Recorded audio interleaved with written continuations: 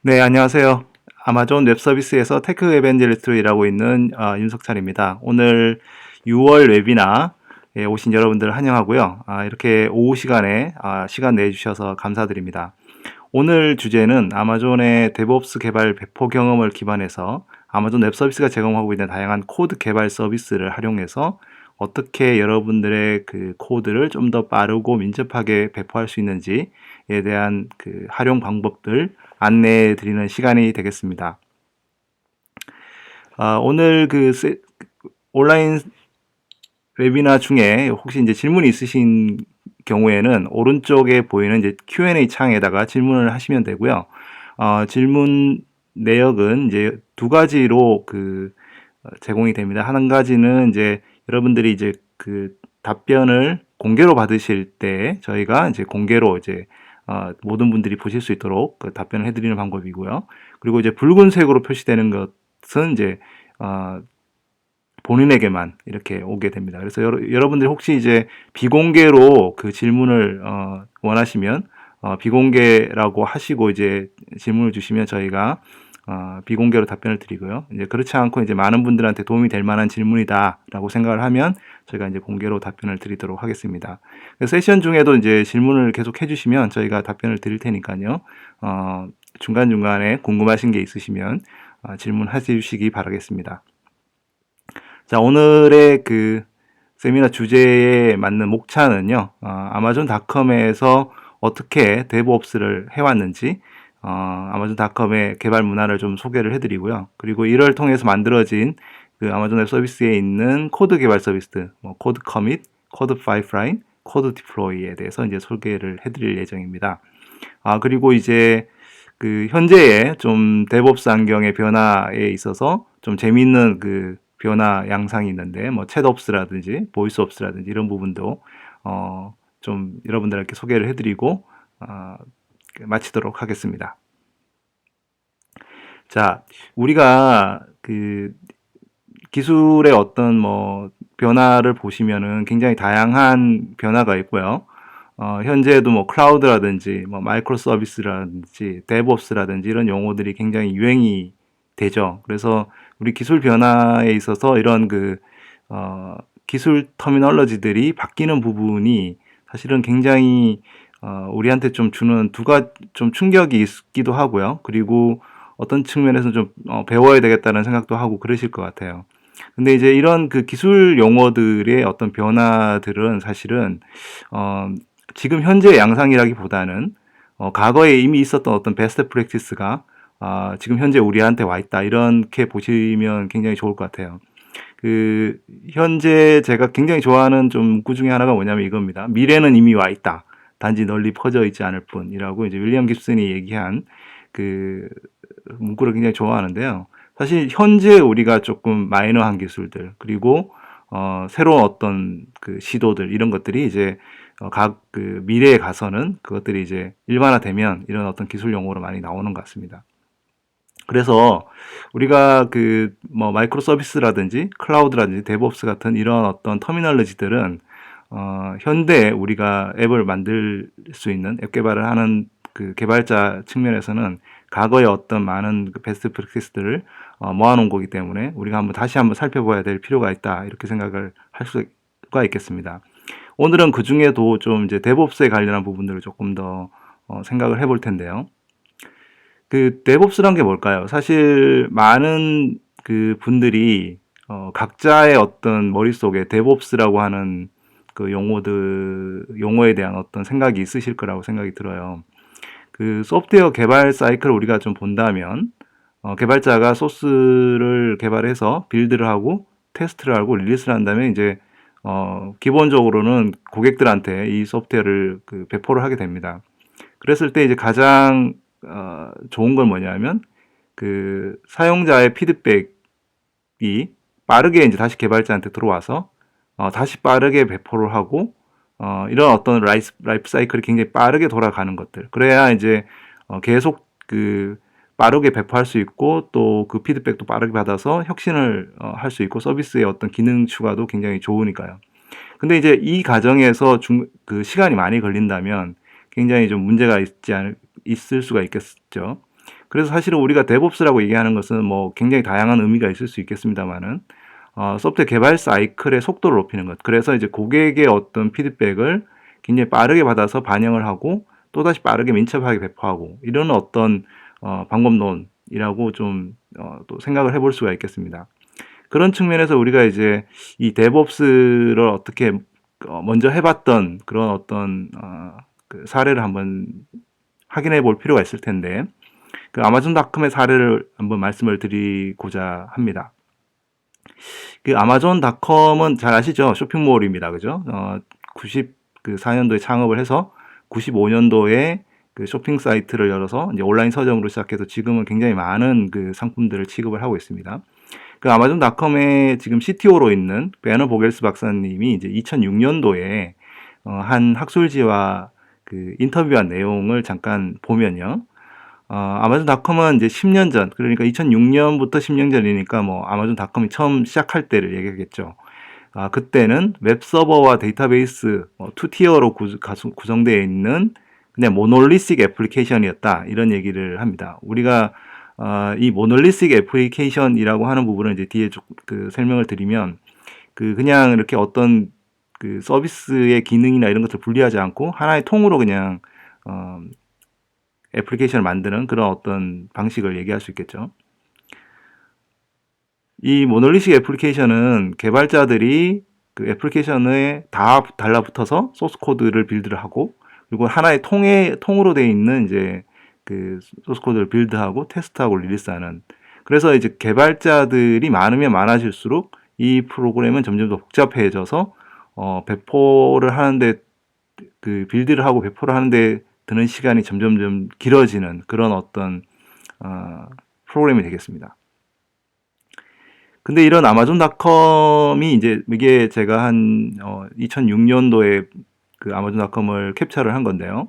아마존닷컴에 보면 이제 다양한 그 첫 화면에도 다양한 기능들이 있어요. 뭐 추천 기능도 있고, 그 다음에 이제 뭐 왼쪽에 상품 카테고리 내역도 있고, 그리고 뭐 카트에 담겨 있는 게 몇 개인지도 체크를 하고, 이런 어떤 다양한 기능들이 첫 화면에 이제 나오게 되는데요.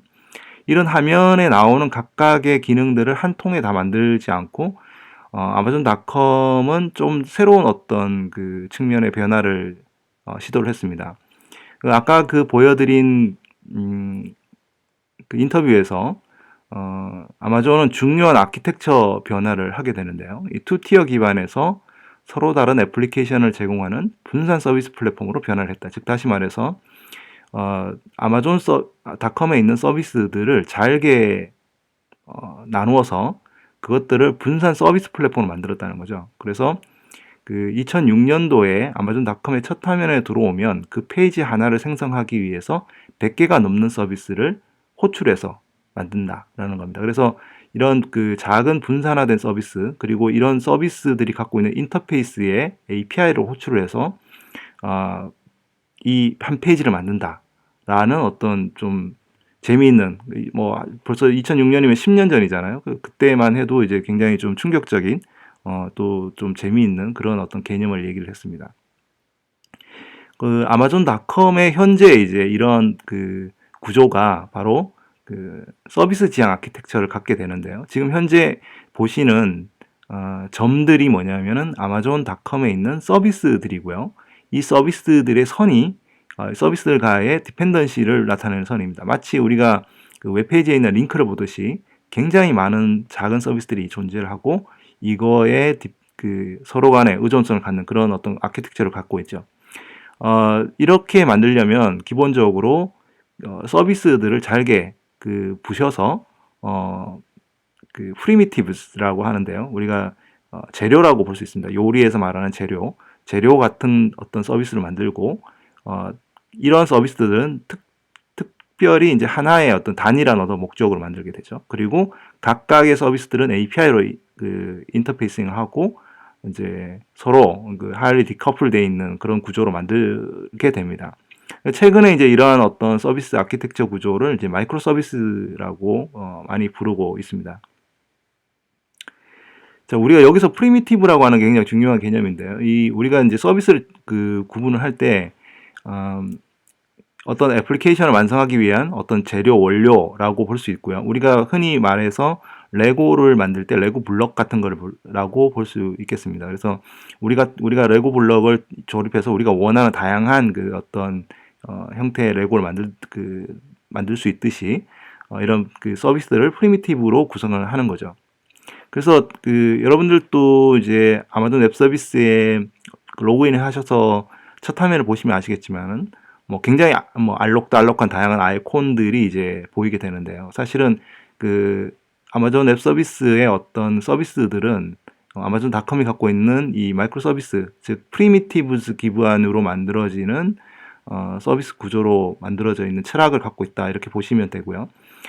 AWS 역시 이제 그 여러분들이 그 서비스들을 조합을 해서 여러분들이 원하는 워크로드, 원하는 요구사항에 맞는 그런 아키텍처를 구성할 수 있잖아요. 이런 것들이 사실 아마존닷컴의 어떤 마이크로 서비스 아키텍처에 왔다 이렇게 보시면 되겠습니다. 그래서 이러한 어떤 아키텍처를 가장 잘 구성하고 있는 곳이 바로 넷플릭스라고 볼 수 있고요. 이 뒤에 보이는 그림이 바로 이제 넷플릭스의 서비스 아키텍처가 되겠습니다. 그래서 넷플릭스는 이제 수백 개의 마이크로 서비스를 AWS 클라우드 기반으로 운영을 하고 있고 또 이제 인터널 API를 통해서 이제 통신을 서로 하는 그런 어떤 아키텍처를 갖고 있기로 이제 굉장히 유명하죠. 이러한 아키텍처들이 전형적으로 이제 보이는 것이 이제 마이크로 서비스의 특징이고요. 뭐 넷플릭스라든지 길트라든지 트위터라든지 이런 서비스들이 최근에 그 데스스타 형태 아키텍처를 보이는 어떤 마이크로 서비스 구조를 갖고 있게 되겠습니다. 자, 그러면 이런 어떤 잘게 부서진 작은 마이크로 서비스 단위의 서비스를 개발을 하려면 도대체 어떻게 개발을 할 수 있을까요? 먼저 우리는 제품 개발팀을 작게 유지할 필요가 있겠죠. 그 아마존닷컴에 대해서 조금 여러분들이 조사를 해보시거나 들어보신 분들 아시겠지만 투피자 팀이라고 하는 어떤 개념을 가지고 있어요. 아마존은 대부분 투피자 팀을 갖고 있다. 이건 무슨 얘기냐면 한 끼를 이제 두 판의 피자로 먹을 수 있는 팀 사이즈가 아주 이제 적절한 팀 사이즈다라고 하는 거죠. 물론 이제 뭐 그 팀원들의 식성에 따라서 이 팀의 사이즈가 좀 왔다 갔다 하겠습니다만은 결국은 이 팀의 성격은 뭐냐면 작은 마이크로 서비스를 책임지고 담당할 작은 팀, 그래서 의사소통이 빨리 되고 모든 것을 이제 독립적으로 운영할 수 있는 그런 팀을 얘기하는 거죠. 그래서 그 투피자 팀이라고 하는 것은 분산된 어떤 서비스들을 민첩하고 빠르게 독립적으로 운영할 수 있는 그런 어떤 신뢰와 또 오너십을 갖고 있는 서비스 팀을 얘기하는 거고요. 이런 걸 이제 데브옵스 팀이라고 부를 수가 있겠죠. 그 우리가 흔히 말하면 이제 데브옵스를 뭐 하는 팀이 따로 있는 것처럼 보이지만 사실은 어떤 서비스를 만들고 개발하고 배포하고 하는 것을 하나로 하고 있는 그런 팀을 사실 데브옵스 팀이라고 부를 수 있고요. 과거에 이제 인터넷 서비스를 만드는 저도 이제 이전에 포털 회사에서 근무를 했었는데 거기에서도 이제 그 뭐 기획자와 개발자와 디자이너와 운영자들이 하나의 팀을 구성하는 어떤 그 팀 구성을 갖고 있었거든요. 초창기에는. 그래서 그런 어떤 팀들이 계속 작은 서비스들을 독립적으로 운영하는 그런 오너십을 갖고 있는 팀이 되겠습니다. 그런데 문제는 이제 이런 어떤 서비스를 작게 구성을 해서 개발자들이 개별 팀에서 제공을 한다고 하면 이걸 만들고 운영하고 배포하는 데 필요한 어떤 도구들 또 각자 서비스 팀마다 따로 만들어야 되는 거잖아요. 그럼 너무 그러면 힘이 들고 어려울 거라고 생각이 듭니다. 그래서 아마존닷컴에서는 이것을 이제 그 제공할 수 있는 어떤 도구들을 만들어 줬는데요. 이 도구들의 특징은 이런 거예요. 먼저는 일단 만들어서 주면 이 개발팀이 딱 혼자서 쓸 수 있을 정도로 깔끔하고 완벽해야 된다는 거죠. 뭐 이걸 이제 뭐 운영하기 위해서 교육을 받고 또 커스터마이징 해야 되고 막 이러면은 안 되는 거죠. 그리고 이제 갖고 있는 이 배포 도구가 갖고 있는 데브옵스 도구가 갖고 있는 이제 기술이 이제 굉장히 기술 독립적이 돼야 되는 거죠. 예를 들어서 뭐 어떤 특정 기술에 그 종속이 돼 있다거나 그러면 안 되겠고요.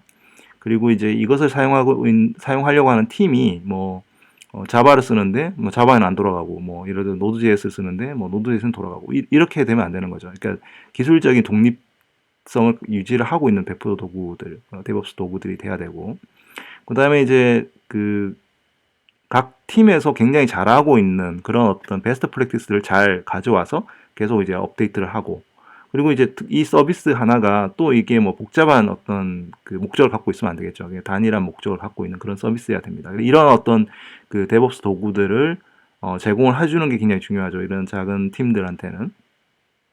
그래서 아마존에서는 이런 것들을 제공하기 위해서 크게 두 가지 서비스를 내부적으로 만들었습니다. 하나는 이제 아폴로라고 하는 배포 서비스고요. 이것은 이제 그 개발자들이 코드를 빌드를 하면 서버에 실제로 배포를 할 수 있는 배포 시스템이고요. 그리고 뭐 서버들이 여러 대가 있으면 이제 다운타운 없이 배포를 할 수 있어야 되겠죠. 그리고 뭐 서버가 죽지 않고 이제 트래킹을 잘 하면서 이제 배포를 할 수 있어야 되고요. 그리고 이제 배포된 것들의 어떤 버전, 아트팩트들을 버전하고 버저닝을 하고, 그다음에 또 필요하다면 이제 롤백도 할 수 있어야 되는 그런 어떤 배포 서비스가 되겠습니다. 그리고 또 한 가지는 뭐냐면 이제 파이프라인이라고 하는 겁니다. 지금 이제 아폴로라고 하는 거는 배포를 이제 자동으로 해주는 거고, 근데 이제 이게 단순히 배포가 그냥 정식 서버에 배포하는 게만 있는 게 아니라 뭐 테스트 서버에 배포하고, 알파 서버에 배포하고, 뭐 베타 서버에 배포하고, 그다음에 정식 서버에 배포하게 되는데, 이 배포 그 어떤 그룹들이 다르게 될 거고, 연속적으로 이런 것들을 잘 딜리버리를 해야 되겠죠. 시간이 빠르게 배포를 하려면 먼저 테스트 서버에도 빨리 배포하고, 그 다음에 베타에 해서 베타의 피드백을 받고 또 배포를 하고, 이렇게 해야 될 것 같아요. 근데 그런 것들을 이제 자동으로 배포할 수 있도록 이렇게 파이프라인을 구성해 주는 겁니다. 그래서 출시하는 어떤 시간 텀이나 이런 것들을 줄여주는 그런 어떤 그 서비스입니다. 이 파이프라인이라는 서비스가요. 그래서 현재 이제 아마존에서는 90개 넘는 팀들이, 90%가 넘는 팀들이 이 서비스를 사용을 하고 있습니다. 이 파이프라인이 이제 굉장히 중요한 거는 뭐냐면, 우리가 이제 개발을 하고, 그 다음에 이제 빌드를 하고, 테스트 배포를 하고, 프로덕션에 배포를 하고, 이런 어떤 과정을 보면요. 그 개발을 하는 거는 이제 뭐 금방 되는데, 다시 이제 그거를 빌드 하는데 하는 뭐까지 가는데 또 뭐 며칠 걸리고, 그다음에 빌드 하고 난 다음에 이제 또 테스트 서버 가는데 뭐 며칠 걸리고, 이렇게 좀 시간이 많이 걸리는 거죠. 그래서 뭐 빠르게 코드는 짜긴 하는데, 그 단계를 넘어갈 때 뭐 이해 당사자라든지 아니면 관계하는 뭐 팀이 다르거나 이러면 이제 시간이 많이 걸리게 되는데, 결국은 이제 이게 굉장히 오래 걸리게 됩니다. 그래서 이걸 자동으로 하면서 줄여보자 라고 하는 게 이제 사실 파이프라인의 어떤 목적이라고 볼 수가 있겠죠. 그렇게 되면은 우리가 개발자들이 작은 서비스들을 많이 운영을 하더라도 빠르게 빌드하고 테스트하고 릴리스할 수 있도록, 네, 이렇게 도와주는 것이 바로 마이크로 서비스 개발의 뭐 데브옵스 그 배포 방법이다, 이렇게 볼 수가 있겠습니다. 자, 그래서 아마존 내부에서는 수천 명의 아마존 개발자들이 매일 아폴로랑 파이프라인을 사용을 해서 뭐 자바나 파이썬이나 루비 앱을 웹 서비스로 빠르게 배포하고 있고요. 그 베너 버겔스 박사님이 그 2014년도에 이제 그 박사님 블로그에 쓰신 그 글에 보면은 2014년도에 썼으니까 뭐 2013년 정도 되겠죠.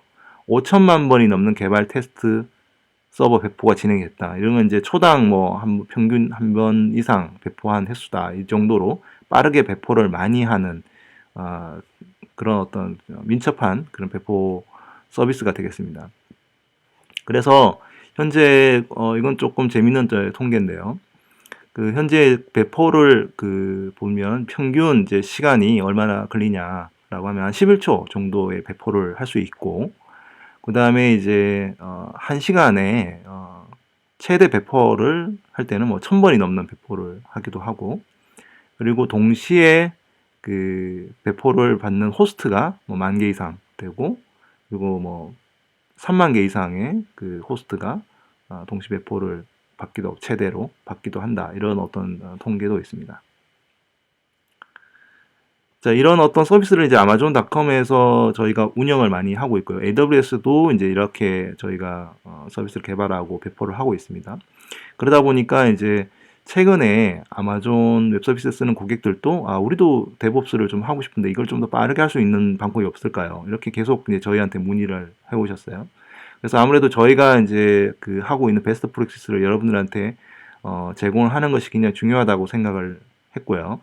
그래서 저희가 이제 AWS의 이제 DevOps 툴을 제공을 하게 됐습니다. 사실은 이제 아마존 웹 서비스는 그 클라우드 자원을 관리하고 운용하고 모니터링하는 서비스는 이전에 있었어요. 예를 들어서 AWS 클라우드 포메이션이라든지 아니면 AWS 옵스웍스라든지 AWS 빈스톡이라든지 엘리스토의 빈스톡이라든지 이런 서비스들은 그 클라우드 자원들을 좀 더 프로그래머블하게 만들고 운용하고 배포를 하는데 편리하게 배포할 수 있도록 도와주는 서비스들이고요.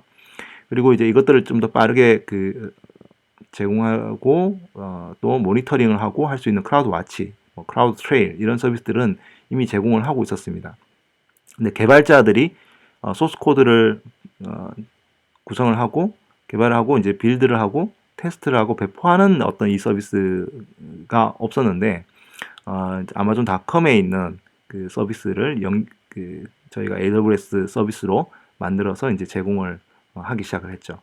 그래서 현재 저희가 그 데브옵스 사이클에서 이제 가장 중요한 영역이죠. 코딩을 하고 빌드하고 테스트 배포하는 데 있어서 AWS 코드 커밋 그리고 AWS 코드 파이프라인 그리고 AWS 코드 디플로이 이 세 가지 서비스를 제공을 하고 있습니다. 오늘은 이 세 가지 서비스에 대해서 좀 소개를 해드리고 데모를 좀 보여드리도록 하겠습니다.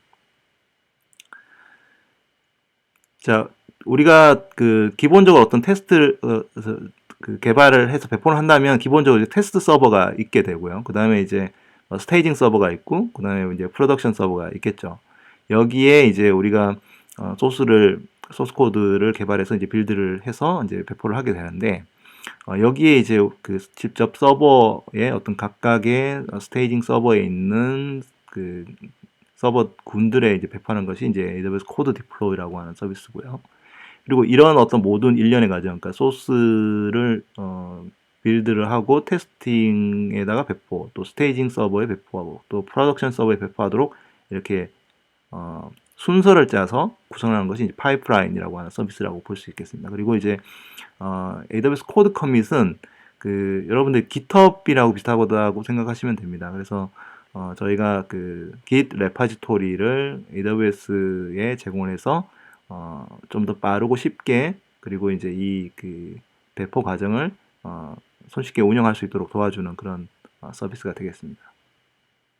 먼저 그 코드 디플로이에 대해서 설명을 좀 드리도록 할게요.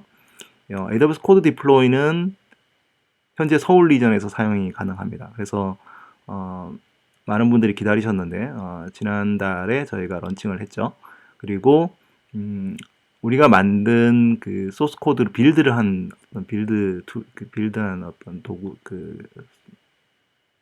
배포할 거를 이제 서버에 개발 서버나 테스트 서버나 프로덕션 서버에다 배포를 할 수 있는 그래서 이제 뭐 서버 한 대에서부터 수천 대까지도 배포할 수도 있고요.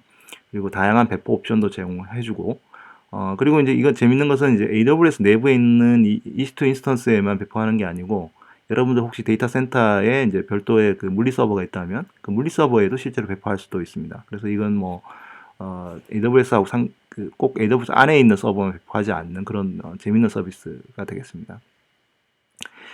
이 서비스의 이제 먼저 이용 단계를 보면요. 먼저는 그 우리가 배포할 애플리케이션 패키지를 만들어야 돼요. 그 애플리케이션 패키지는 보시다시피 이제 요 그 패키지를 정의한 파일이 앱스펙이라고 하는 파일이 있고요. 앱스펙.yaml이라는 파일을 이제 그 최상위 폴더에다 넣어서 뭐 집으로 묶어서 배포를 하게 되는데 보시면 이제 크게 두 개로 나눠져 있죠.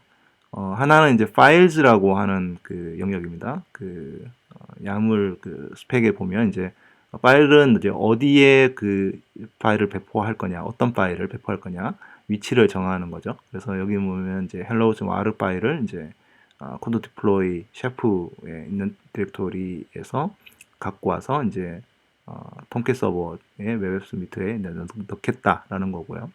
그 다음에 이제 두 번째는 이제 훅스 영역입니다. 이 부분은 이제 디플로이를 하는 서버를 이제 뭐 껐다 켜거나 뭐 셰프를 뭐 인스톨하거나 하도록 그렇게 이제 스크립트 형태로 만들어져 있고요. 이제 요것들을 다 포함해서 이제 그 패키징을 해야 됩니다. 그래서 이렇게 이제 구성이 되어 있는 그 야물 파일과 그 다음에 패키지와 그 다음에 이제 이 스크립트를 이제 한꺼번에 같이 패키징을 하는 거죠. 그런 다음에 이제 이 그 배포 패키지를 배포할 인스턴스 또는 서버를 선택을 하게 됩니다. 각각의 그 서버 인스턴스에는 그 코드 디플로이 에이전트를 설치를 해야 됩니다. 그리고 이제 이 에이전트가 설치가 돼 있어야만이 되고요. 그리고 그 코드 디플로이의 어떤 그 권한과 뭐 에이전트가 가져올 수 있는 어떤 권한들 이런 것들을 이제 설정을 좀 하고 나면은 여러분들이 배포를 하실 수가 있고요. 기본적으로 이제 아마존 EC2 인스턴스 또는 오토 스케일링 그룹에 이제 배포를 할 수 있고, 아까 제가 말씀드린 대로 온프라미스에 있는 이제 데이터 센터의 물리 서버에서 배포를 할 수가 있는데, 그 물리 서버에도 이제 이 에이전트를 설치를 하고, 그다음에 AWS에 이제 접근할 수 있는 뭐 액세스 키나 이런 것들을 이제 설정을 하고, IAM 설정을 하고 이제 운영 서비스를 받을 수가 있겠습니다. 배포하는 방법은 여러 가지 방법이 있는데요. 뭐 기본적으로 그 뭐 CLI, 그러니까 커맨드 라인 인터페이스, 그다음에 SDK 툴, 그다음에 콘솔에서도 할 수도 있고요. 그 외에 이제 다른 어떤 그 CI/CD 파트너에 있는 그 서드 파티 툴들을 사용할 수도 있습니다. 그리고 이제 뭐 GitHub이나 이런 어떤 그 레퍼지토리하고 연계를 할 수도 있고요. 제가 뒤에 데모로 보여드리겠습니다. 그래서 그 이렇게 간단하게 그 커맨드 라인으로도 배포를 할 수가 있겠습니다. 이 배포 설정 방법이 여러 가지가 있는데요. 첫 번째로는 그 이제 하나씩 배포를 하는 거죠. 서버가 지금 이제 하나, 둘, 셋, 넷, 8대가 있는데 이제 예를 들어 한 8대에다가 이제 하나씩 이제 버전 2를 이제 그 설정해 나가는 겁니다. 그래서 이건 뭐 안전한 방법이죠. 하나씩 떼서 하는 거고요. 그다음에 이제 두 번째 방법은 이제 반을 하는 거죠. 반을 배포를 하는 방법이죠. 그래서 여기에 이제 저희가 미니멈 헬스 그 호스트라는 게 있는데요. 미니멈 헬스 호스트라는 거는 이제 50%는 살아 있어야 된다는 거죠, 항상. 그다음에 여기 그 에러 타임 같은 경우에는 이제 99%가 살아 있어야 된다는 거고요. 그리고 이제 그 all at once는 이제 한꺼번에 배포를 하는 겁니다. 그래서 아무래도 이제 그 하나씩 또는 반씩 배포하는 것이 조금 더 안전한 방법이 되겠습니다. 여러분들이 원하시면 그 어떤 이 헬스 그 호스트 레이트를 조정할 수가 있고요. 그 커스텀 설정을 통해서 하실 수가 있겠습니다. 어떻게 이제 이게 배포되는지 잠깐 설명을 해드리면, 우선은 인스턴스가 3대가 있고 또는 서버가 3대가 있고 이제 로드 밸런서가 붙어 있는 이제 인스턴스가 있고 버전 1이 다 세팅이 되어 있다고 하면, 먼저는 이제 그 버전 2를 한 대씩 업데이트를 하게 될 때 이제 로드 밸런서에서 끊어서 버전 2를 업데이트를 하고요. 그리고 이제 다른 서버 버전 한 대가 업데이트가 됐으면 다른 서버도 이제 버전 2를 업데이트하고, 이런 경우에는 지금 현재 그 두 대가 헬스 호스트가 두 대가 세팅이 되어 있는 경우죠. 그래서 이렇게 항상 두 대는 그 서비스가 중단 없이 운영이 될 수 있도록 그렇게 해주게 됩니다. 그래서 이제 이렇게 다운타운 없이도 롤링 업데이트를 할 수 있는 그런 장점이 있습니다. 근데 이제 만약에 서비스를 배포할 때 문제가 발생이 된다면 이 헬스 트래킹이라는 걸 하게 되는데요. 그래서 이제 버전 2에서 이제 버전 3를 올릴 때 버전 3에 문제가 됐다고 판단을 하면 버전 업그레이드를 중단을 하고 버전 2로 다시 롤백을 하게 되는 그런 어떤 부분도 이제 제공을 해드리게 됩니다. 자, 그러면 이제 AWS 코드 디플로이 기반으로 이제 배포하는 방법을 잠깐 설명을 드리겠습니다. 제가 아까 말씀드린 대로 그 서울 지역에 서울 리전에 이미 이제 코드 디플로이는 들어와 있고요. 이 코드 디플로이를 한번 이제 선택을 해보겠습니다. 코드 디플로이를 처음 선택하면 이제 아마존 웹 서비스에 아주 익숙한 어떤 그 콘솔이 나오죠. 그래서 먼저 애플리케이션 네임을 정하게 되고요. 잔이윤 코드 디플로이 이렇게 적고요. 디플로이 코드 그룹은 이제 코드 디플로이 데모 이렇게 잡겠습니다. 그리고 이제 EC2를 설치하든지 아니면 온프라미스 환경, 뭐 오토 스케일링 이런 것을 이제 선택할 수가 있습니다. 그래서 지금 현재 세 대의 인스턴스가 있는 그 태그가 뭐 코드 디플로이 데모인 인스턴스를 선택하게 됐고요. 이 세 대의 인스턴스를 이제 잠깐 한번 살펴보도록 하겠습니다. 현재 켜져 있고요. 이제 코드 디플로이 데모라고 하는 이제 T2 마이크로 인스턴스 세대가 붙어 있고요. 요 IP에 대해서 이제 접속을 한번 해서 사항을 한번 볼게요. 자, 접속을 하면은 먼저 이 서버에는 뭐가 필요하죠? 네, 아까 말씀드린 대로 코드 디플로이 에이전트가 있어야 됩니다. 그래서 에이전트는 기본적으로 이렇게 뭐 문서에 보시면 설치하는 방법이 간단하고요. 이렇게 뭐 하나씩 설치를 해도 되고요. 이렇게 한번 설치된 것을 이제 AMI로 만드셔서 이제 띄우셔도 되죠. 그래서 이 에이전트가 설치되어 있는지 한번 확인을 해보도록 하겠습니다. 네, 코드 디플로이 에이전트가 잘 돌아가고 있다 이렇게 보여주고 있고요. 네, 그래서 여러분들이 이제 AMI를 만드셔도 되고 이 문서를 잘 확인하셔서 설치를 하시면 됩니다. 이제 이거는 이제 이렇게 한 개씩 이렇게 업데이트를 하도록 하겠습니다. 그리고 이제 여기에 서비스 롤을 잘 설정을 해야 되는데요. 이 서비스 롤은 코드 디플로이와 그다음에 인스턴스의 어떤 롤을 잘 가이드대로 설정을 하신 다음에 그것을 이제 넣게 되겠습니다. 제가 좀 많아서 네, 여기 밑에 있네요. 네, 요거 선택해서 이제 create 네, 이 밑인가? 네, 요건가 봐요. 네, create application을 누르면 네, 이렇게 코드 디플로이가 설정이 되고요. 가장 먼저 CRI로 이제 배포하는 것을 이제 보여주게 되죠. 그래서 여기 부분에 이제 코드 디플로이 그룹을 보시면 기본적으로 이 코드 디플로이가 됐을 때 뭐 코드가 됐을 때 뭐 SNS로 보내주는 것도 가능합니다. 그래서 이제 크레이트 트리거를 하면 SNS 볼 수도 있고요. 그리고 현재는 이제 리비전이 없는 상태인데 우리가 디플로이를 하면 이제 리비전이 되겠습니다. 네, 이거 선택을 하고 보면 이제 뉴 리비전을 만들 수 있고요. 이 뉴 리비전을 만드는 거는 여러 가지 방법이 있는데 크게 이제 두 가지가 있죠. 하나는 이제 S3에 있는 것을 이제 배포를 하는 방법이고 하나는 이제 GitHub에서 가져오는 겁니다. S3는 이제 버킷에 있는 zip 파일을 이제 가져오면 되고 GitHub 같은 경우는 아주 GitHub에 있는 소스 코드를 가져와서 이렇게 배포를 할 수가 있습니다. 그래서 우리가 이제 OS 인증하듯이 이렇게 간단하게 하면 되고요. 이 레포지토리에 있는 내용을 잠깐 보면은 아까 제가 이거는 이제 아주 간단한 인덱스 HTML을 배포하는 스크립트고요.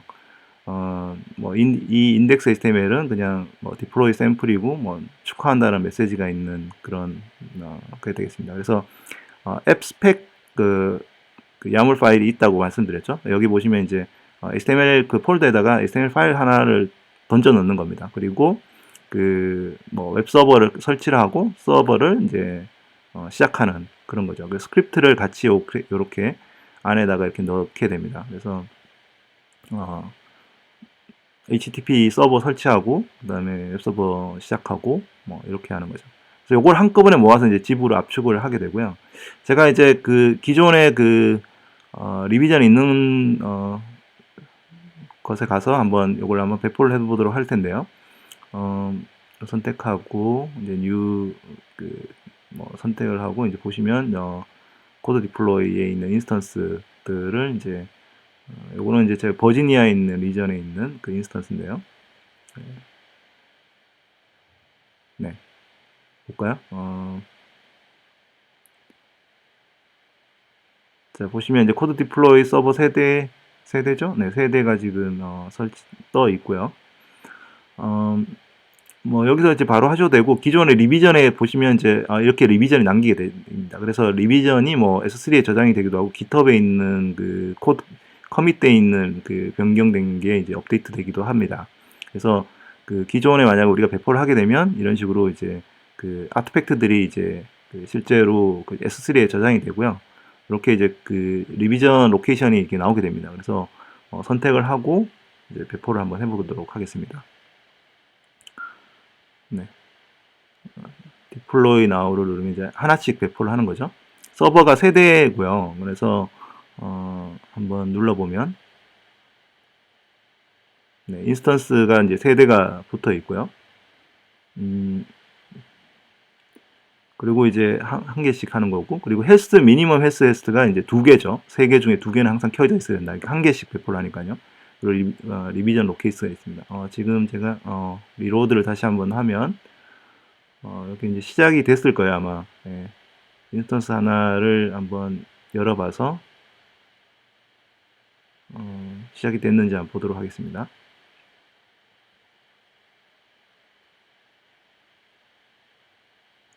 네,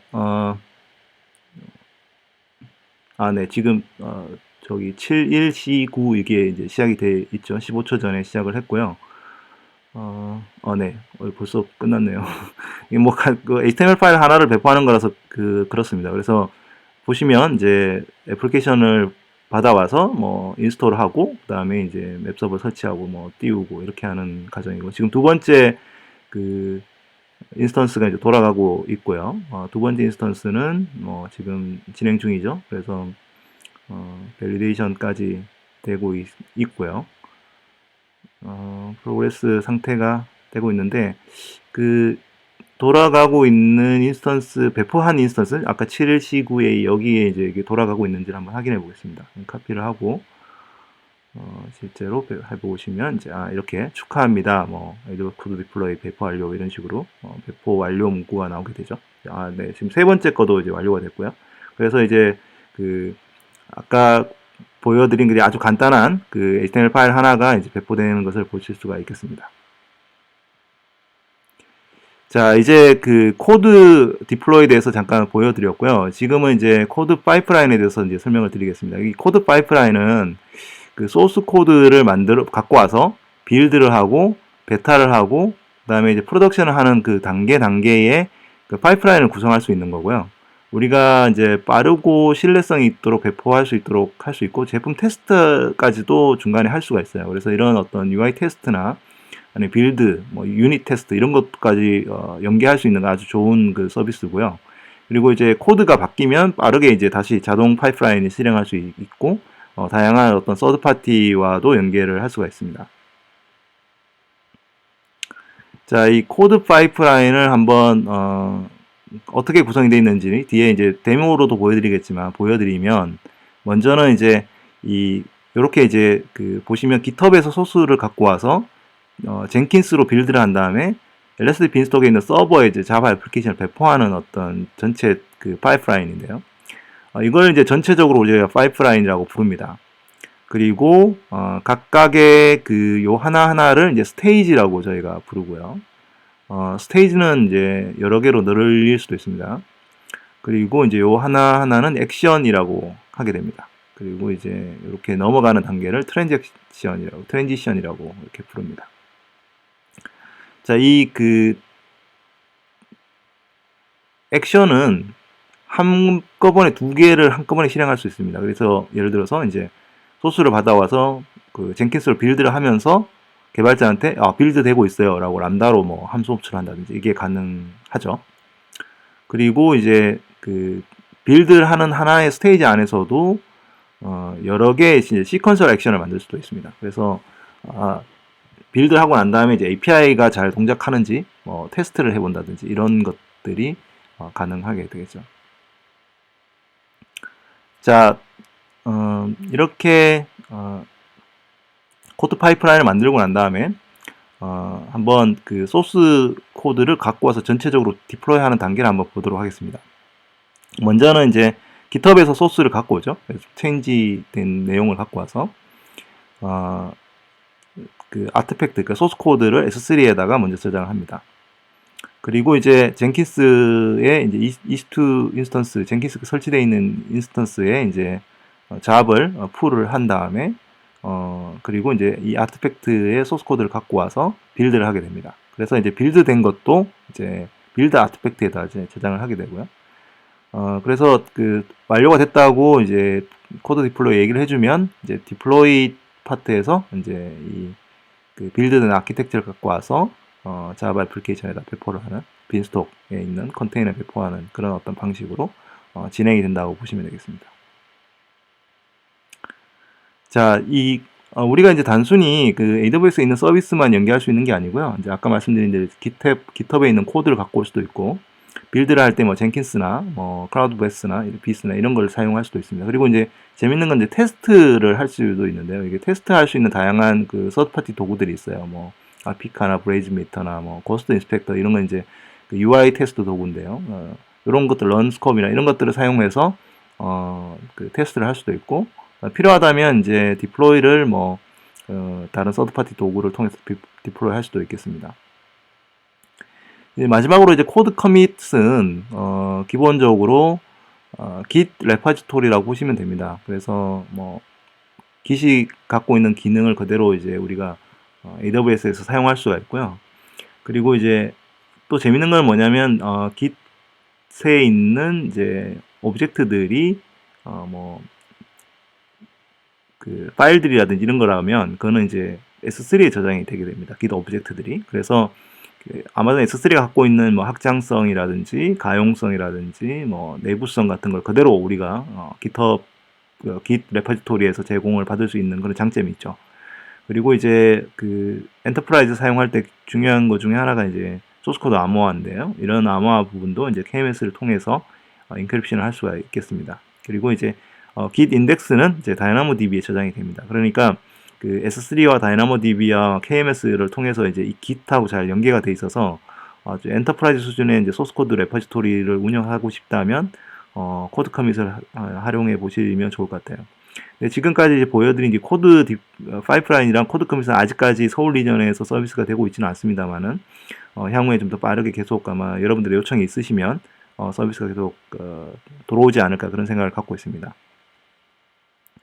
자, 이제 그 코드 디플로이와 코드 파이프라인과 코드 커밋을 이제 한꺼번에 한번 데모를 한번 보여드리도록 하겠습니다. 먼저 우리가 할 거는 이제 GitHub에서 EC2 인스턴스로 코드 배포하는 거고요. 그리고 이제 그 코드 커밋에서 이제 엘라스틱 빈스톡으로 코드 배포를 하는. 그래서 이제 우리가 이제 코드 커밋에 만약에 코드가 배포되어 있다면 그대로 이제 빈스톡에다 배포하는 거. 그 다음에 이제 서드 파티의 테스트 단계를 추가해서 파이프라인을 변경해 가면서 이제 배포하는 방법, 이렇게 그 크게 세 가지의 데모를 한번 보여드리도록 하겠습니다.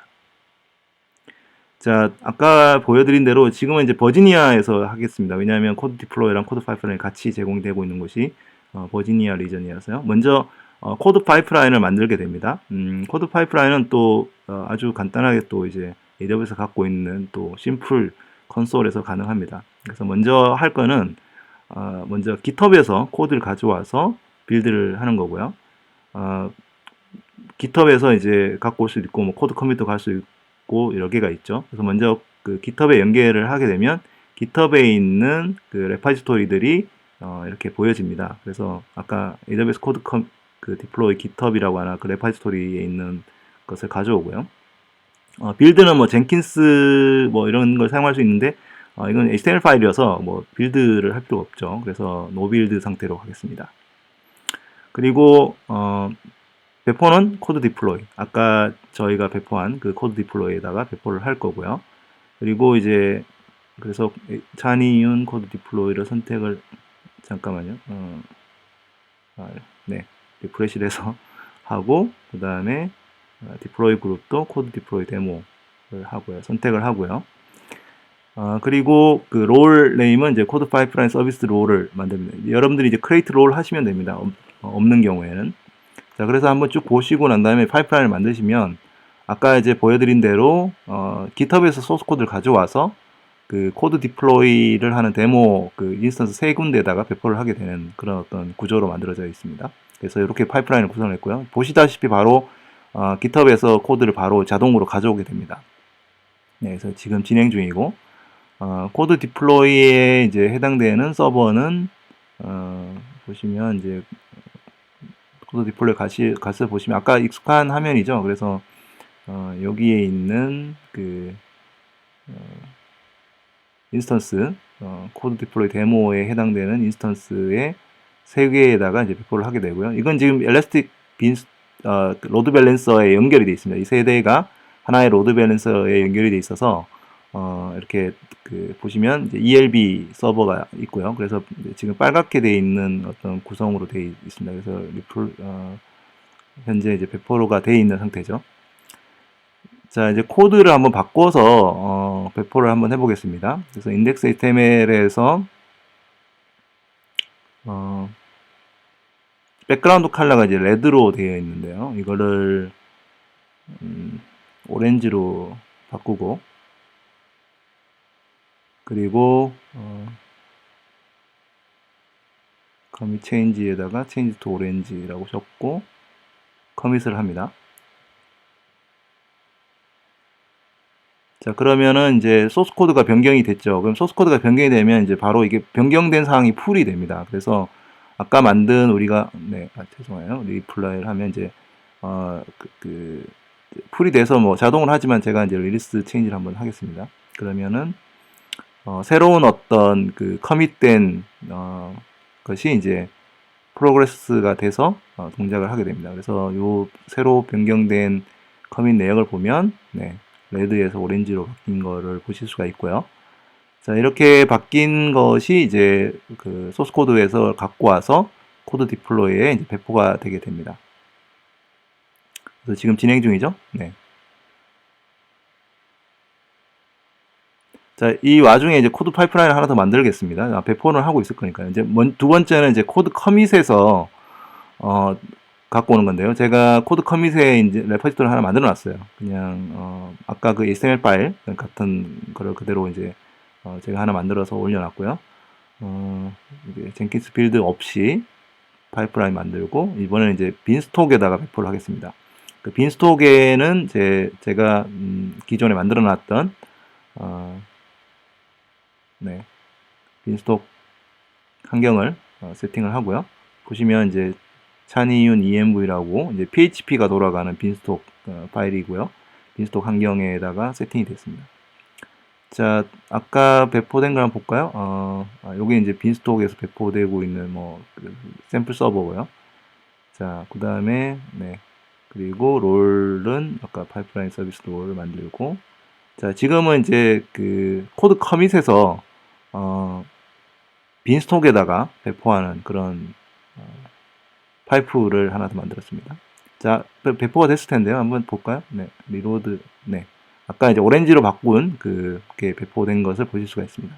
자, 두 번째는 이제 코드 커밋에서 가져오는 거죠. 코드 커밋에 있는 것을 이제 풀을 해서 빈스톡에다가 배포를 하는 거고요. 빈스톡은 이제 기본적으로 샘플 애플리케이션, 뭐 congratulation, 뭐 PHP가 떠 있는데 리로드를 한번 해보면 코드 디플로이로 만들어진 아까 제가 코드 커밋에 넣었던 것을 이제 배포되고 있는 것을 볼 수가 있겠습니다.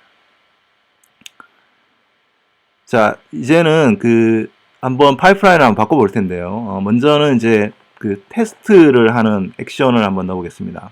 테스트 액션은 여러 개가 있는데 이제 테스트를 할 수 있는 아까 서드 파티들이 많다고 말씀드렸잖아요. 근데 그 중에 뭐 아주 간단한 테스트입니다. 뭐 링크가 잘 되는지를 하는 테스트하는 거라서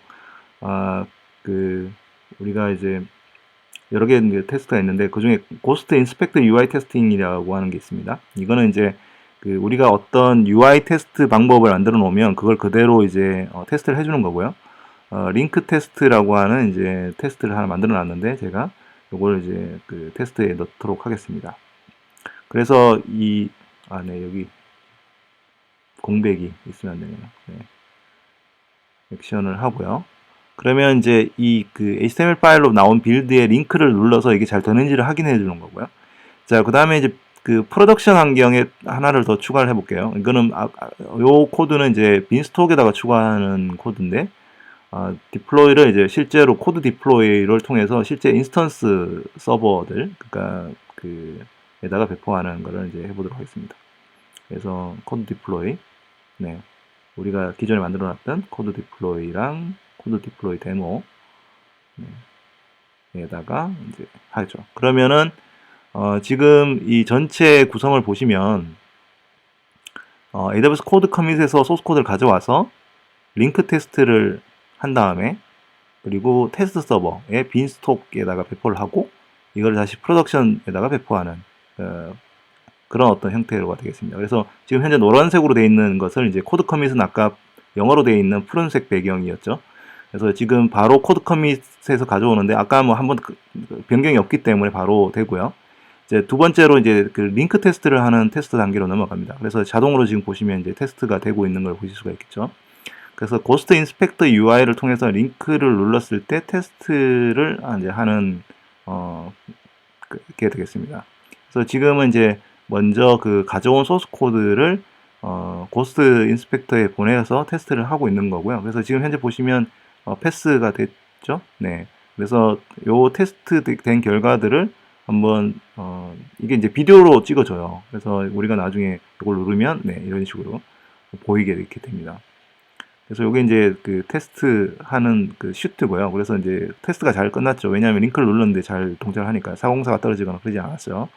그리고 이제 베타 버전으로 보냅니다. 그래서 빈스톡에 그 배포를 해서 돌아가고 있고요. 지금 배포를 하고 있는 중이고요. 조금 아마 이제 다른 어떤 복잡한 기능이 들어가 있으면 좀 더 시간이 걸리겠지만 이제 뭐 요거는 단순히 이제 HTML 파일이기 때문에 빨리 끝나게 됩니다.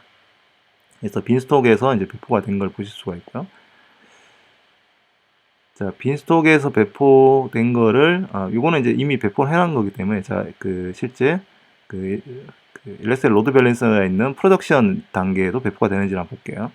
이 로드를 한번 눌러보면 네, 뭐 세 대가 있으니까 그 중에 한 대가 됐는데 뭐 이렇게 아까 빈스톡에서 배포된 테스트 서버에 배포된 거랑 똑같은 어떤 코드가 배포된 걸 보실 수가 있겠습니다. 자, 뭐 데모를 보여드렸는데 뭐 아주 간단해 보이죠. 그래서 여러분들이 쉽게 코드만 만드셔갖고 파이프라인을 통해서 만들어 놓은 거면 이제 여러분들 테스트 서버, 뭐 개발 서버, 프로덕션 서버 군에 손쉽게 배포를 할 수가 있고요. 이런 어떤 아마존 웹 서비스가 가지고 있는 그 뭐 클라우드 포메이션이나 빈스톡이나 이런 어떤 다양한 서비스들, 그러니까 그 구축 운용을 할 수 있는 다양한 서비스와 모니터링 할 수 있는 서비스뿐만 아니고 코드 개발 서비스를 통해서도 여러분들의 서버를 프로그래머블하게 운영을 할 수 있을 뿐만 아니라 여러분들 코드 배포도 좀 더 쉽고 편리하게 이제 할 수 있는 그런 장점이 있겠습니다. 그래서 여러분들이 AWS가 제공하는 이제 개발 배포 서비스를 활용하신다면 여러분들이 좀 더 빠르게 그 DevOps 아키텍처를 구성하고 만들고 운영하실 수 있겠습니다. 자, 그럼 이제 미래에는 이런 어떤 환경이 어떻게 바뀔까요? 이렇게 물어볼 수 있을 텐데요. 오늘 두 가지를 이제 뭐 재밌는 뭐 트렌드입니다. 이거는 뭐 이게 뭐 잘 될지 안 될지 잘 모르겠지만 크게 두 가지인데 하나는 이제 챗옵스 뭐 그리고 이제 보이스옵스 이렇게 두 가지를 이렇게 소개를 해드릴 텐데요.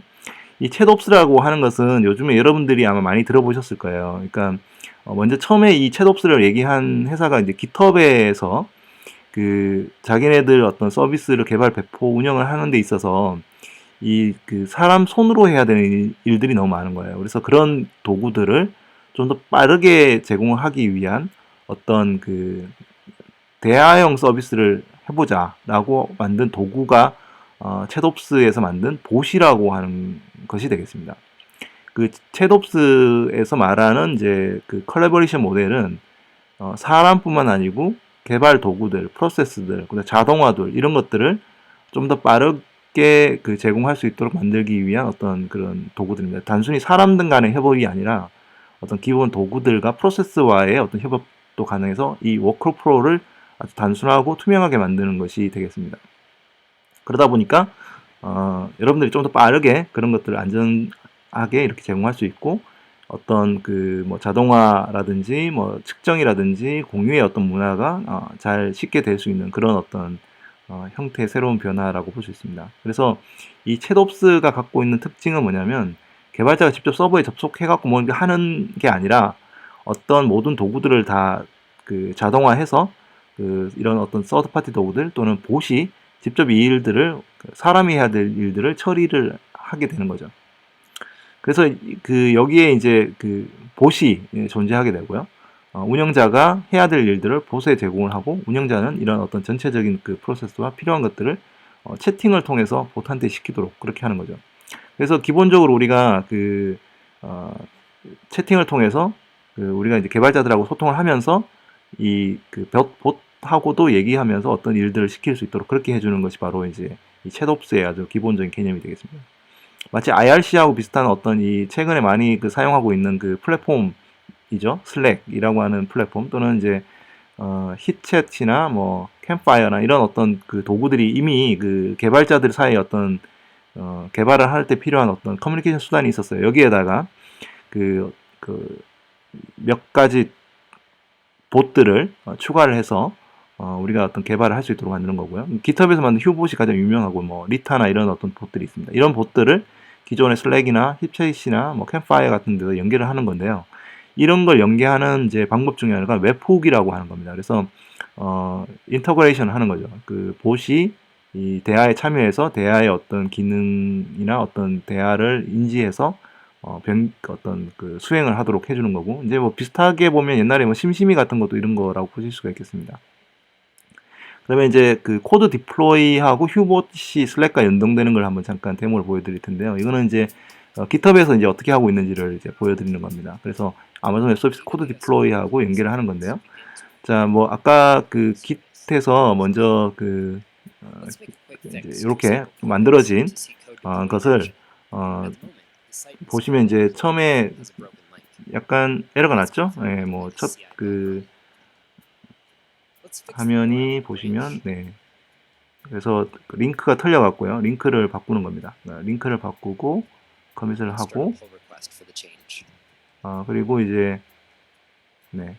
뭐 머지 풀 리퀘스트를 하고 그러면 이제 그 슬랙 채팅창에 이런 식으로 이제 디플로이 마케팅 픽스 뭐 이렇게 해라. 그러면 휴봇한테 명령을 하는 거죠. 그러면 이제 그 아까 코드 디플로이에서 보여드린 이제 이 그곳에 이 휴봇이 자동으로 이제 배포를 하게 되고요. 여기 보시면 이제 CI 툴에서 나온 메시징이 이제 뒤에 보이죠. 근데 이제 또 페일이 여전히 났죠. 보니까 이제 링크가 또 털렸어요. 그래가지고 휴봇이 이제 제대로 다시 스펠 체크를 하고 네 다시 이제 머지를 하고요. 리퀘스트를 그런 다음에 이제 커밋을 합니다. 자, 그러면 이제 다시 한번 얘가 체크를 하게 되고요. 휴봇이 그래서 코드 디플로이에서 다시 배포를 했을 때 성공이 나오죠. 다시 한번 리로드를 한번 해보면 리로드 그러면 이제 링크를 누르면 휴봇 github.com으로 잘 가고 있는 걸 볼 수가 있겠죠. 자, 뭐 코드 디플로이에서 이제 휴봇하고 그 다음에 이제 그리고 이제 GitHub하고 이렇게 연계해서 슬랙에서 이제 명령을 하고 디플로이 시키는 그런 것을 이제 보셨었고요.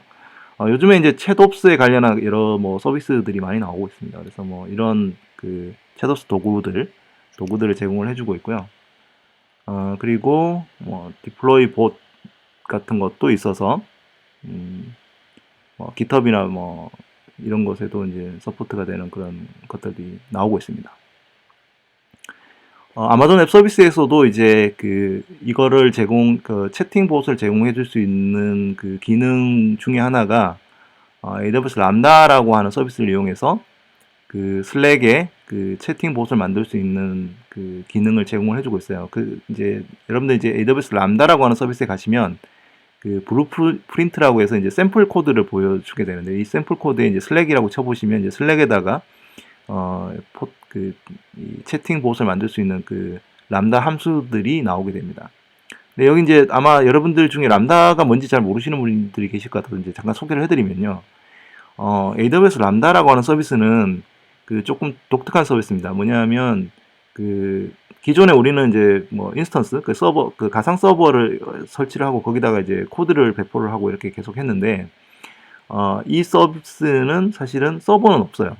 물론 이제 아마존 웹 서비스가 운영하고 있는 서버는 있겠지만 서버가 필요 없이 그냥 코드만 배포를 하면 그 코드가 실행만 되고 필요에 따라서 이제 어떤 뭐 이벤트라든지 아니면 API 게이트웨이를 통해서 이제 REST 콜이 오면 그때 실행을 하고 그렇게만 딱 함수 실행하기만 하고 딱 끝나는 겁니다. 그래서 대개 우리가 이제 서버에서 프로그램을 이제 운영을 하다 보면 아시겠지만 프로그램이 실행이 안 돼도 서버는 돌아가죠. 그죠? 그래서 그 서버 운영도 해야 되고, 뭐 서버 확장성도 고려해야 되고, 또 이제 서버 또 시간당 가금을 하니까 뭐 시간당 비용도 차징해야 되고 이렇죠. 그런데 이제 이 AWS 람다라고 하는 기능은 코드만 이제 올려놓으면 코드 그 서버의 관리를 전혀 저희가 할 필요가 없고 그 관리자가 그리고 이제 뭐 스케일러빌리티나 뭐 이런 거 신경 쓸 필요 없고 그리고 이 함수가 실행된 밀리세컨 단위로 가금을 하게 됩니다. 그러니까 실행이 안 되면 돈이 안 돼요. 그러니까 이제 무노동 무임금이죠. 네. 유노동 유임금 뭐 이렇게 되는 거죠. 그래서 딱 그 실행되는 그 시간에만 그 가금이 됩니다.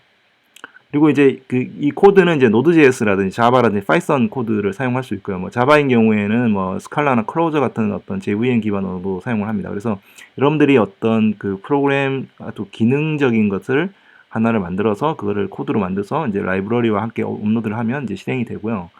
이 메모리가 뭐 그 메모리 할당을 해서 이제 메모리가 뭐 작은 데서 이제 큰 데까지 계속 이렇게 추가를 하면 이제 할당된 메모리에 비해서 CPU와 네트워크 자원도 할당이 됩니다. 그래서 자동으로 이렇게 단순하게 자원 모델을 관리할 수 있고요. 그리고 아까 말씀드린 대로 AWS에 있는 서비스에 있는 어떤 특정 이벤트들, 예를 들어서 뭐 아마존 S3에 이미지가 올라갔다거나 아니면 누가 다이나모DB에 데이터를 업로드 했다거나 그런 어떤 이벤트 기반으로 이 람다 코드를 실행할 수가 있고요. 그리고 이제 아마존 API 게이트웨이라는 서비스가 이제 생기면서 이 API 게이트웨이하고 연결을 해서 REST 코어를 받을 수도 있습니다. 그래서 이런 어떤 그 아주 유연한 어떤 다양한 호출 경로를 갖고 있고요. 그리고 이제 그 이 IAM을 통해서 얘가 실행이 될지 안 될지도 설정할 수도 있고, 뭐 VPC 안에서도 설정할 서비스를 할 수도 있고, 그리고 뭐 이렇게 주기적으로 크론 잡처럼 이렇게 돌릴 수도 있고, 이렇게 아주 그 많은 기능이 이제 최근에 많이 업데이트가 됐습니다. 그래서 가장 기본적인 뭐 사용 예제를 보면은 이런 겁니다. 그러니까 뭐 아까 제가 그 설명드린 대로 아마존 S3에 이미지를 뭐 찍어서 업로드를 하면 예를 들어 썸네일을 만드는 어떤 그 동작이라고 생각을 해보시면 썸네일을 만드는 동작이 아주 간단하죠. 이미지를 받아와서 그것을 리사이징 한 다음에 그걸 저장하면 되는데 그 썸네일을 만든다는 거를 기능을 만들기 위해서 기본적으로 보면 우리가 굉장히 뭐 서버도 운영을 해야 되죠. 그러니까 이미지 서버를 운영해야 되는데 그 서버 이미지가 업로드가 안 될 때는 서버를 운영을 해야 되는 것도 버든이죠. 그죠? 근데 이제 이런 아주 간단한 기능에 람다 함수를 트리거링을 해서 이미지가 업로드 됐을 때마다 이미지를 리사이징해서 S3에 저장하는 그런 어떤 그 동작을 시킬 수가 있겠죠. 그래서 이런 어떤 부분에서 아주 이렇게 잘 돌아가는 어떤 기능입니다. 자, 오늘 제가 보여드릴 그 마지막 예제는 보이스옵스라고 하는 예제입니다. 그래서 알렉사 스킬킷과 AWS 람다를 이용해서 보이스옵스를 구현하는 겁니다. 근데 이제 이 알렉사 스킬킷이라고 하는 것은 뭐냐면 여러분들이 이제 혹시 들어보셨는지 모르겠지만 아마존에서는 그 음성 인식을 하는 에코라고 하는 기계가 있습니다. 그러니까 그 가정용으로 만들어 놓은 그래서 음성을 인식을 해서 그 인식된 음성을 갖고 이제 필요한 질문이나 답변도 해주고 뭐 음악도 틀어주고 그다음에 이런 것들을 해주는 그런 다양한 서비스가 이제 그 아마존 에코라고 하는 음성 인식 기계가 있고 최근에 이제 많이 그 알려져 있기 때문에 여러분들도 아마 들어보셨을 거라고 생각이 됩니다. 그런데 이제 개발자용으로 제공하고 있는 그 서비스가 있습니다. 그래서 AWS 말고 그 아마존에도 개발자 포털이 있거든요. 이 개발자 포털에 가시면 뭐 앱 개발자나 뭐 게임 개발자를 통한 어떤 앱 스토어도 있고, 그다음에 알렉사 보이스 서비스도 있고, 그다음에 뭐 다양한 서비스 API들, 그다음에 뭐 아마존 그 로그인하기 뭐 이런 어떤 그 다양한 API들을 제공을 해드립니다. 그래서 아마 AWS 말고 여기는 아마 처음 보실 것 같은데요. 여기 developers amazon.com에 가시면 알렉사 그 서비스라는 게 있고요. 이 알렉사 그 API는 크게 두 가지가 있는데요. 하나는 이제 알렉사 스킬킷이라고 하는 게 있고 또 하나는 알렉사 보이스 서비스라는 게 있습니다. 그러니까 알렉사 스킬킷은 그 기본적으로 이제 내가 대화형으로 얘한테 얘기를 하면 그거에 대해서 응답을 해주고 이렇게 해줄 수 있는 기능을 만드는 거고요. 알렉사 보이스 서비스라고 하는 것은 여러분들 뭐 혹시 기계라든지 아니면은 여러분들이 이제 실제로 이 알렉사가 제공해주고 있는 음성 서비스를 디바이스나 이런 곳에 실제로 탑재할 수 있는 그런 기능입니다. 네, 그래서 뭐 라즈베리 파이라든지 아니면 여러분들이 갖고 있는 IoT 기기가 있으면 거기다가 알렉사의 서비스를 포팅을 할 수가 있는데요. 그것을 이제 알렉사 보이스 서비스라고 합니다. 그래서 오늘은 제가 알렉사 스킬킷이라고 하는 것을 잠깐 보여드리고 어떻게 동작하는지 알려드릴 텐데요. 자, 그 알렉사 개발 사이트에 가면요, 알렉사 스킬킷이라는 것을 만들 수가 있습니다. 그래서 제가 지금 만든 것은 그 알렉사 스킬킷의 어떤 데모인데요. 이 데모는 뭐냐면 먼저 아마존닷컴에 있는 인스턴스를 설정을 하고 그 인스턴스를 뭐 숫자나 뭐 끄고 하는 그런 어떤 겁니다. 그래서 보시면 이제 람다라고 하는 함수를 호출을 해서 얘한테 이제 그 서비스를 이제 받을 수가 있게 되겠습니다. 그래서 람다 함수를 보시면 컴퓨팅 환경에 이제 컴퓨팅에 이제 람다가 있고요.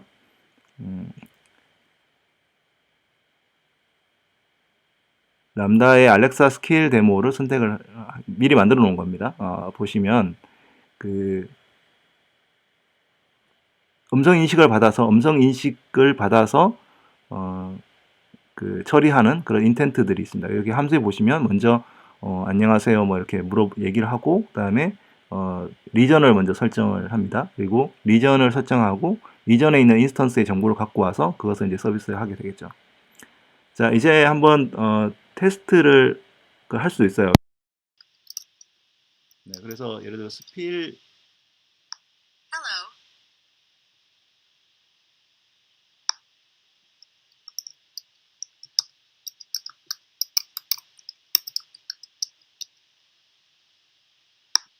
안녕하세요.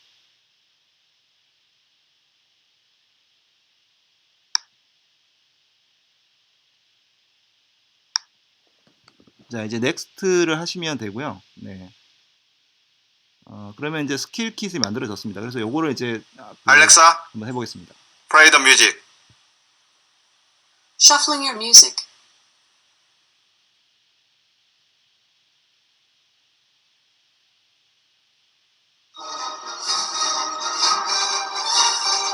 Alexa, what is the Amazon Web Services? Amazon Web Services is a collection of cloud computing services that make up the on-demand computing platform offered by Amazon.com. Alexa, open Admin Tools. 안녕하세요. Welcome to Chinese Alexa demo. 버지니아로 설정. Virginia 설정 OK. How many instances? There are currently 6 instances running. Stop the untagged instances. 2 untagged instances were found and stopped.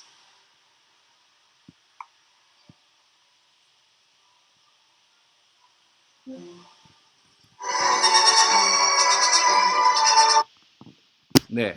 네. 보시면 이제 지금 이제 보여드린 예제는 아까 보셨다시피 이제 그 대화형으로 인스턴스의 숫자랑 뭐 그 태그되지 않은 그 인스턴스를 이제 없애는 그런 데모였습니다. 네. 이제 뭐 흔히 이제 입개발 이런 얘기를 하는데 뭐 이분형을 하는 어떤 예제를 보여드렸다 이렇게 보실 수가 있겠죠.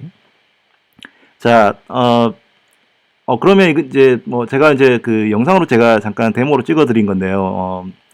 알렉사 같은 경우에는 뭐 이걸 에코를 통해서 저희가 서비스를 받아야 되니까 에코가 없으면 어떻게 할 수 있냐 이렇게 얘기할 수 있으실 것 같아서요. 제가 echoism.io라고 하는 서비스를 소개를 해드립니다. 이거는 알렉사 보이스 서비스로 만든 그 웹브라우저를 기반으로 만들어진 그 서비스고요. 여러분들이 직접 이 사이트에 접속을 하시면 아마존 에코를 한번 테스트를 해보실 수가 있습니다. 그리고 여러분들이 이제 금방 제가 보여드린 이제 스킬킷을 만드는 건데요. 이 알렉사 스킬을 테스팅을 해보실 수도 있어요. 그래서 여러분들이 뭐 국내에 계시더라도 해외 개발자들을 뭐 해외 사용자들을 위한 아마 제가 듣기로는 이 에코가 뭐 400만 대 이상 팔렸다고 하는데요. 이렇게 그 서비스 사용자들을 위해서 여러분들이 그 스킬을 만들어서 서비스를 할 수가 있겠습니다. 그래서 이 스킬을 만드는 방법이랑 그다음에 관련한 정보는 제가 이제 조금 링크를 대화창에 이제 알려드리도록 하겠습니다. 자, 이렇게 오늘 이제 좀 길게 제가 좀 했는데, 네, 아마존 그 웹 서비스가 말하고 있는 이제 데브옵스 서비스 그의 개념과 아마존닷컴의 어떤 그 개발 환경, 데브옵스 환경, 그리고 마이크로 서비스 환경, 그리고 어떻게 그 개발 하고 있는 베스트 프랙티스를 AWS 서비스에 녹여서 여러분들한테 제공을 해드렸는지, 그리고 그렇게 만들어진 서비스를 어떻게 사용을 하는지 조금 데모로 보여드렸고요. 그리고 이제 마지막으로는 이제 챗옵스랑 그 다음에 AWS 람다와 알렉사 스케일킷을 통해서 이제 보이스옵스 같은 것들을 해볼 수 있는 그런 어떤 가능성 같은 걸 이제 보여드렸습니다. 그래서 이렇게 긴 시간 이렇게 경청해 주셔서 감사한데 이렇게 여러분들한테 도움이 됐는지 모르겠네요. 네. 그래서 조금 더 자세하고 좀 이런 부분들은 기술 문서라든지 아니면은 추가적으로 저희가 계속 제공해드리는 세미나나 그런 행사에 많이 참여하셔서 또 배우시면 좋을 것 같고요. 그러면 좋을 것 같습니다. 네, 이제 마무리를 하려고 하는데요. 이제 먼저 질문을 남겨주시면 지금도 계속 질문 주고 계신데 제가 또 답변을 드릴 거고요. 그리고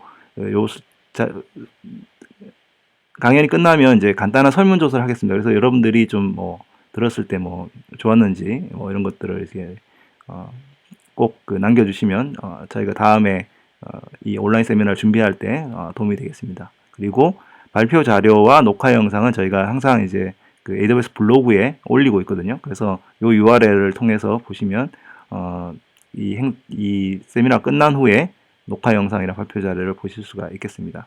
네, 긴 시간 함께 해주셔서 감사하고요. 여러분들 좋은 시간 되셨기를 바랍니다. 그리고 남은 오후 시간도 즐겁게 보내시고요. 질문이 있으신 분들 계속 질문해 주시면 저희가 답변을 드리도록 하겠습니다. 네, 청취해 주셔서 감사합니다.